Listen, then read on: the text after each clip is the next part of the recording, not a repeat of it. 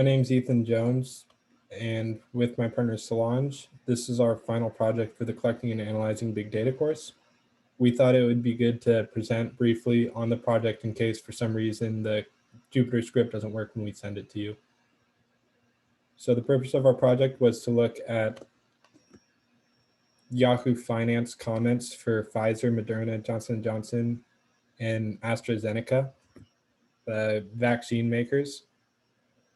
And with it, we took comments and stock changes, and we web scraped the data to conduct analysis where we looked at if the context of when comments are made, the stock price of the company when those comments were made, and other factors impact if a comment is well received in those forums. So the project was divided into a web scraping section, a visualization and cleaning data section, and then finally an analysis section. So in the web scraping section, we defined this function to pull the Yahoo data, where you can just specify the company's ticker symbol, and then it will go to the community page, which is where all comments are on where Yahoo account members could make comments on these different companies. From there, we took comments, and at the time of the poll, also the percentage of change, as well as other metadata as far as like upvotes for each of the comments, replies, and downvotes. This function was nested within an aggregation function where the ticker symbol for each company is specified and can be stored locally. So this is how we were able to collect the data. Then this aggregation function, which nested the poll comments function, was put in the scheduler that allowed us to run the aggregation function once every hour. And so this allowed us to take multiple polls during when the stock market opened over the course of 5 business days this and last week. So we were able to get around 5 to 8 samples taken from Thursday, June 3rd, Friday. We didn't take any polls over the weekend, but resumed Monday through Wednesday. With the locally stored files, they can be accessed using this code, but for the ease of replication, we stored the data here using a GIP or a GIST. Data was then pre-processed, and this is our second section on visualization.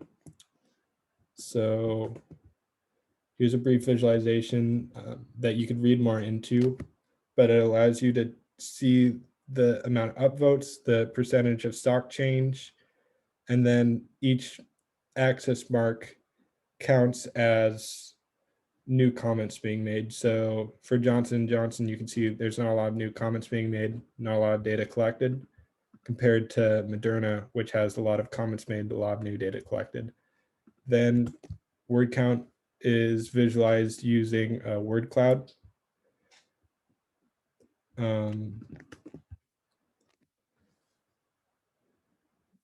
bubble chart is used to display the number of average words in a comment, the number of average upvotes, and then size to display the total amount of comments. Finally, we will be modeling upvotes. So this is the distribution of upvotes. As you can see, it really leads itself to, it has an exponential distribution, so it should probably be, and because it's count, should probably be modeled with a Poisson regression, but we decided we weren't able to implement that, so we used a couple other regressions, but we'll go into that in the analysis section. So first, we created topic models. The purpose of these topic models were to see what if we can create topics that separated high performing comments from low performing comments. We used script from the 4th lecture you did on topic modeling. And when we conducted this, because the latent dialectic allocation function could really differ, we kept the analysis from when we wrote the paper based off, we stored that remotely. So then we took the absolute difference between high performing comments and low performing comments, and we took the absolute difference of these latent variables, these latent topics, or these topics, to find which ones had the biggest difference. And we found that 1, 2, and 5, topics 1, 2, and 5 had the biggest difference.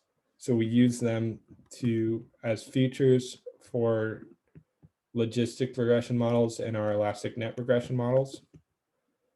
So essentially feature creation was done through finding, for each of these topics, we did a word count, and that gave a bit of a score for how much each topic scored on, or how much each comment scored on each of these topics.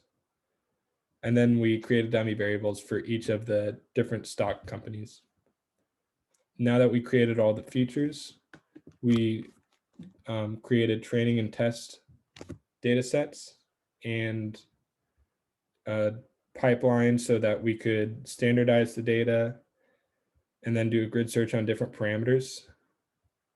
This is our logistic regression, where we're able to classify high performing comments with 0.78 precision accuracy. Results are also displayed here on a confusion matrix.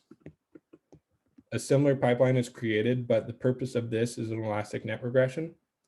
So we're trying to predict the count of upvotes based off similar criteria.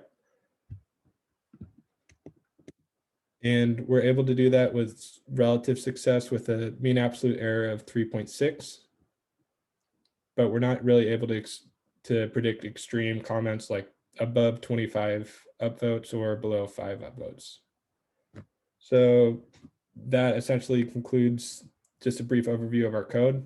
Feel free to read the full project, and if there are any questions or if something doesn't work, feel free to reach out to us. Thank you.